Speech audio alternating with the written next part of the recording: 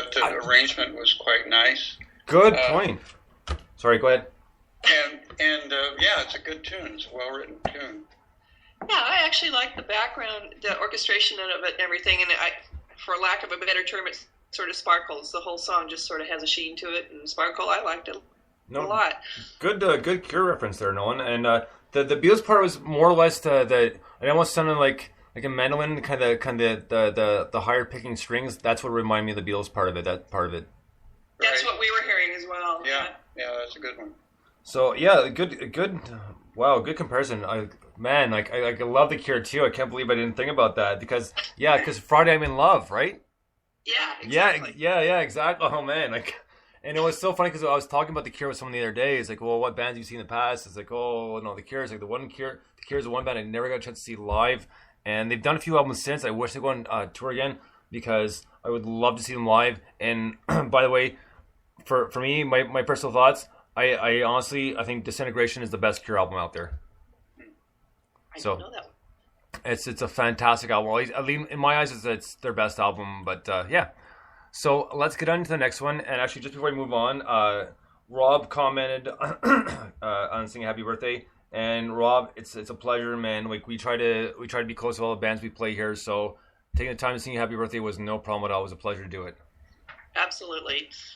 So next up, we're gonna get to a band we've heard a few times off the compilations, and the band's called the Shannons, and the song's called "Married Man." Dig this.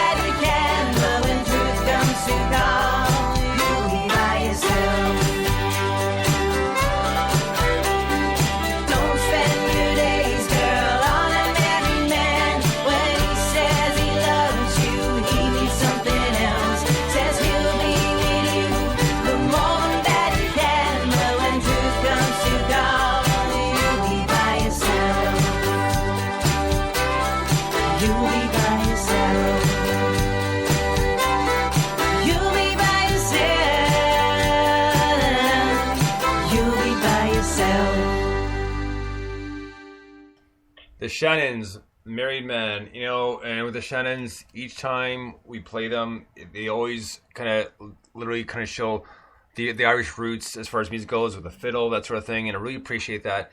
And this one, some of the other songs they played reminds me actually a little bit. I'm not sure how many people have seen Back to the Future 3, but they had a band playing in the movie at one point, and it kind of reminded me a little bit of them, just as far as tempo goes, that sort of thing. And on that note, I promise this won't be a long sidetrack, it'll be a short one. I was talking with my stepsister last night because she was sitting with my niece watching Back to the Future movies. And she says, I'm so glad that she likes these. And I see her post, and I said, well, how many times have we seen the first one? And she's like, oh, millions, Because that was one of the movies we watched the most growing up before the new ones came out. But the original Back to the Future, I can't tell you how many times I've seen that. And one of the reasons for the opening is because of that. But they're such classic movies. So I'm done. Take it away, guys.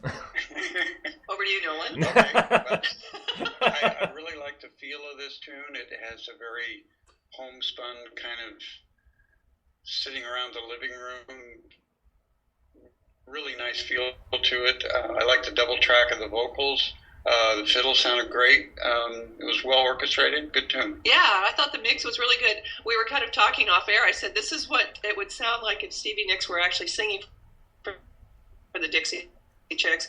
Her voice does remind me of Stevie Nicks, only it's a little bit higher pitched. But yeah, really nice job. I like the song a lot as well. Yeah. Well, I'm glad they're not singing for the Dixie Chicks because no, I won't say that because I'll sidetrack too much. So. I was just talking about the sound, not the. No. I know. I understand. So we'll get to the next song, and the next song is by a band we've heard again many times off the compilations. The band's called Mono Groove, and the song's called "What More Can I Do?" Dig this. What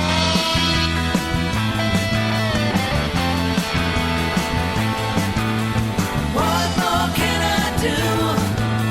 Am I supposed to lose? Falling away with once been dreamers. What more can I do? It's time that you go see the world, living life, the mortal dead, sheltered from those dirty girls, scared to sleep out of your bed. Hey, what more can I do? Am I supposed to lose? Falling away with once been dreamers. What more can I do? City lights and no one's there. You're blind by their deception. Candle lights and no one cares. You're blind by their rejection. Hey, what more can I do? Am I supposed to lose? Falling away with once been dreamers. What more can I do? I can't go on feeling your life's part-time ending. I hope someday lies will send you away from inside where you're trying to hide.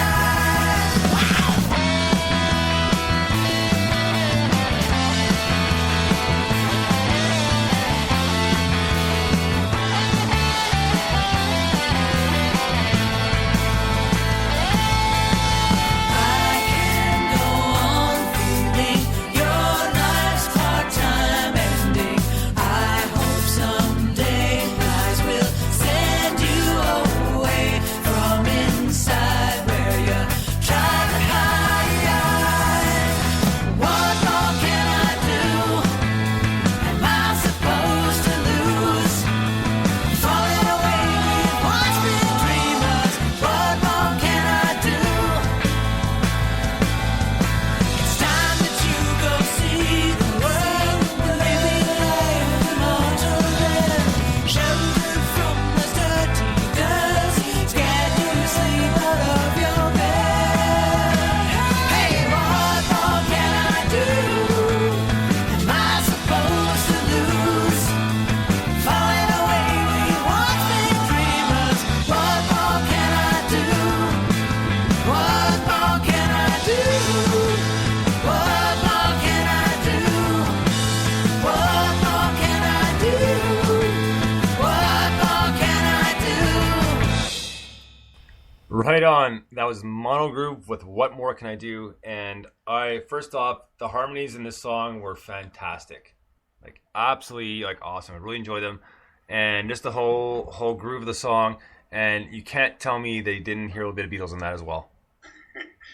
Yeah, definitely Beatles. There's a very very retro, late or mid '60s kind of feel to the tune. The orchestration, the guitar parts, the vocals, like you said, Brian, were excellent. It's a good tune. It was a great tune. Yeah, we have to talk up the vocals. To me, it was kind of reminiscent of some of the Mamas and Papas. It was like, I could hear Mama Cass in there in the background. It was great. Yeah, really well done. Oh, actually, just before we move on here, just speaking of like reminiscent of older tunes and just like older artists and bands, that sort of thing. At the airport where I work, they have whatever the radio station is. I kind of tune out most of the time because every once in a while they'll have a good tune, but they play the same artist a few times the same day, but different songs. So the other day it would just rack my brain and it was killing me, and I couldn't think of the name of the song, and finally I figured it out. And they had played Paul Simon, and they played Paul Simon first thing in the morning, and I'm talking like this is before the sun's even up. So this is this is about 4 a.m. in the morning, right? Wow. And yeah, well, exactly. You know, it's pretty brutal. It's definitely an ungodly hour. So, but you know, I'll hear that same song like almost every morning, and then a different song in the afternoon. And essentially, what they're going back and forth between Paul Simon's first album, like after Simon and Garfunkel were done, and then they'll go right up to Graceland, which came out in '86. Wow. Which is by the way, honestly, like I remember because the first time I really heard Paul Simon sing like a good long tune was that album, because I'd seen him before on the Best of Saturday Night Live, because obviously he played SNL a few times in the past, but it's the first time I actually heard it. And honestly, I love that one because my mom had picked it up on tape. If anybody know, for those young listeners, a tape was right before the CD, and look it up. You can Google it. Anyways, but anyways, so Graceland was one of my favorite albums, and still was one of my favorite Paul Simon albums, like his solo albums. And I just because it was cool because the other day they played "Boy in the Bubble," and that was the first single off that album. But great tune. But the other day too, and I was thinking about this, is I was thinking about this song, "Diamonds on the Soles of Her Shoes." Right. And I don't know why it brought it up, but I was thinking about that. It's like, no, that's a great tune, and I was like digging away for it. It's like I know I got it somewhere, like, and I found it. I was so excited. That is a great tune. So yeah, got a bunch of Paul Simon, and I have a best of Simon and Garfunkel actually, which is like. It just, I can't say enough good things about the lyric writing and just the music in general. I really enjoyed. So I've sidetracked us long enough. So let's get into our next tune here. And the next one is by a band called Melting Pot, which, by the way, next few weeks we have got some singles from them they sent us. We'll get those the next few weeks. So this is Melting Pot with Arsenic and Turmeric, I believe is the way it's pronounced.